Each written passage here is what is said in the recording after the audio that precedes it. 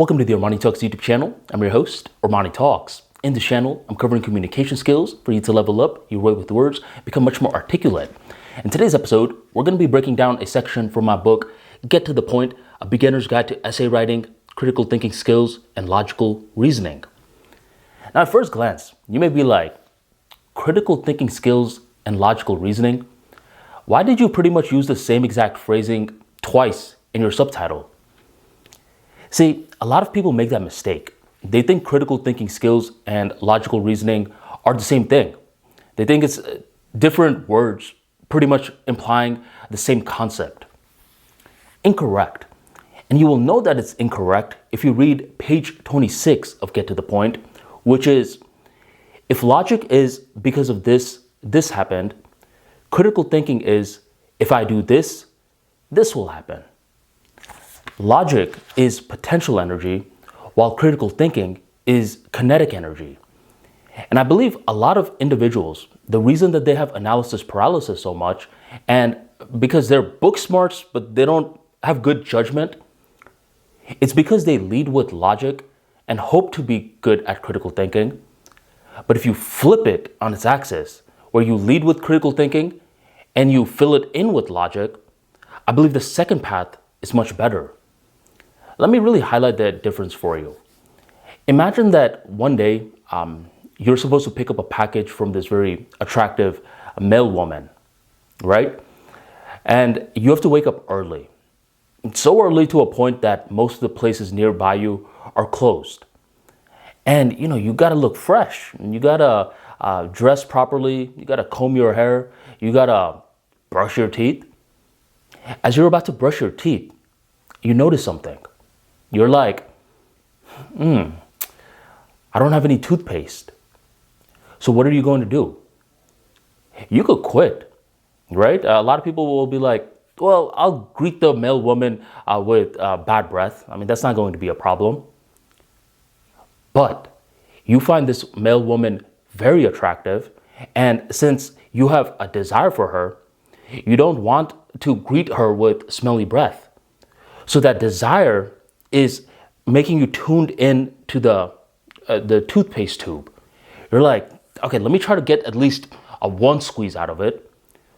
So you try to get a squeeze out of it, but no luck. It's almost empty. What are you gonna do? You try to squeeze it again.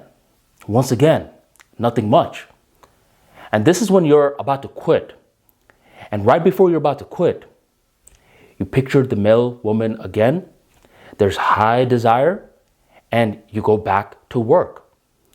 Eventually, what begins to happen is that you start to get creative with it. You're experimenting, and you get, let's say, a pencil. You try to roll it up the tube, and you see flashes of paste. Once you see the flash of paste, you realize that, this isn't completely empty. I just need to work a little bit more. This time, you start twisting the bottom of the tube in a strategic manner to get closer and closer to the paste. After fiddling with it for long enough, you are successfully able to get the paste. This is you leading with, if I do this, this will happen. You are in motion. And notice something with being in motion in this situation. Desire was crucial to you understanding how to solve the problem. Without the desire, could you have done it? Sure. But could you have quit as well before reaching the solution?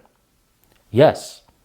This doesn't seem like much when you're focusing on something small like toothpaste.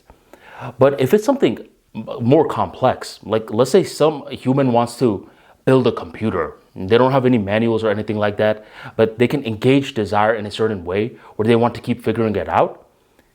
In this situation, the desire is going to be paramount in seeing if they're going to solve this complex problem or not. Now, you don't have to think of a computer. You could think of anything complex out there, but the initial founders of people who solve problems, they dealt more with the soft skills. They dealt with the intangibles, stuff that you cannot see within a human. But what happened was those individuals, after they put in a lot of their work, their knowledge was codified. See, what happens a lot is that in terms of innovation, some people think that the way that it works is someone sits in a lab, they try out a bunch of stuff, and then they build something. While if you study history, the opposite often holds true. Engineers lead and scientists then codify after. But when you flip it on its axis and you're trying to codify something beforehand, either you get false wisdom or you get analysis paralysis. So after this guy successfully gets the paste out of the tube, then he can do the logic later on. Because of this, this happened. Because of this happened. Added pressure led to me getting that one squirt of toothpaste so I could greet the mailwoman. So my philosophy is, if you lead with a doer's mentality, oftentimes you'll be able to spot context better. Just because logic works in certain fields does not mean that it's going to be applicable or well suited for this particular problem. And the more that you have solved problems firsthand due to some form of desire, the better you will have sharpened your understanding in terms of leading with logic. So one of the greatest ways in order to bring these knowledge to the forefront of your mind is through essay writing. Essay writing is not just about building a personal brand and that's it. It's about becoming a refined thinker so you could solve more problems in the future. Get to the Point is going to give you a very beginner's look into essay writing. You don't need to make it complicated. An essay is simply an interconnection of ideas meant to provide useful value. And it's best if you provide useful value first to yourself.